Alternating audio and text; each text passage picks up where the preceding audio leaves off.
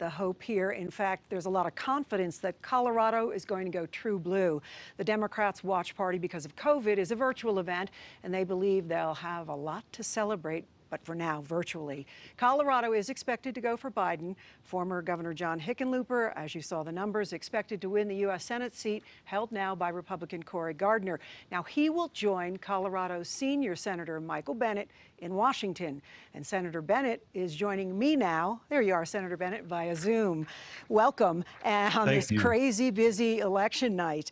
I have to ask you right off the top, how are you going to feel and how are you going to feel about welcoming your former boss, John Hickenlooper, to Washington?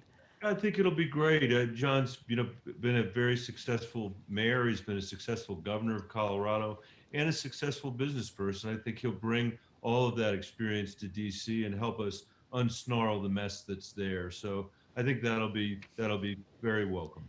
With Governor Hickenlooper winning his race, at least we're seeing that potentially right now, do you feel confident that the Democrats will take the Senate? Well, I don't feel confident about anything this early on an election night, except how great it is to live in a state where so many people voted. I'm very proud of Colorado's turnout, but I think the Democrats do have a very good chance of taking over the majority. Colorado is going to be a big part of that with John Hickenlooper's win.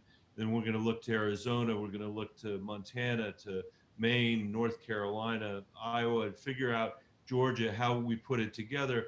In my own view, Mitch McConnell, the Republican leader, has been the majority leader long enough.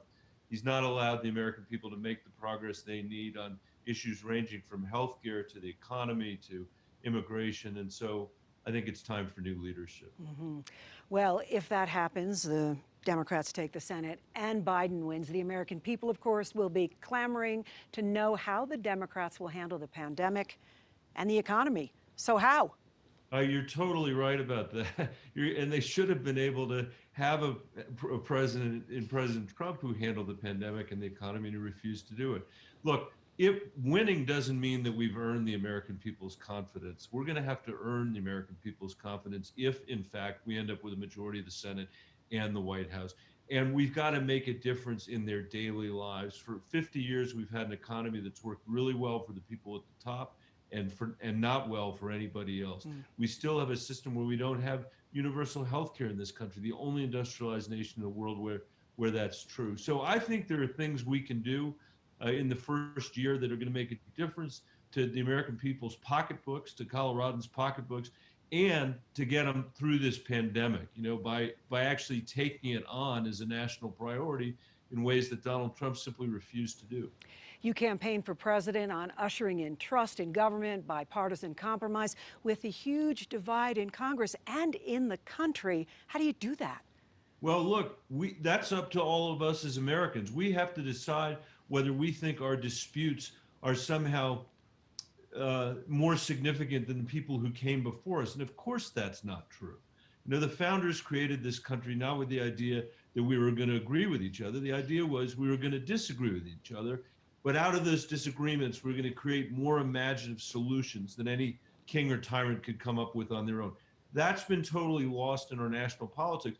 We have to recover that ability to work together, to see other people's point of view, to fashion legislation that reflects the notion that we live in a pluralistic society where I couldn't get out of my house in the morning if I thought everybody was going to agree with me. And so I hope we can get past this very, very difficult chapter in our political history. What that means for me is turning the page on Donald Trump and on Trumpism and on the division that he has fomented from the White House. And it's going to be, the burden will be on the Democrats if we're in the majority and on Joe Biden to lead the way and to try to reconstruct a democratic process that produces results for the American people. I think we can do that. So if Biden wins, Trump doesn't concede, doesn't leave the White House as he has somewhat threatened, what happens?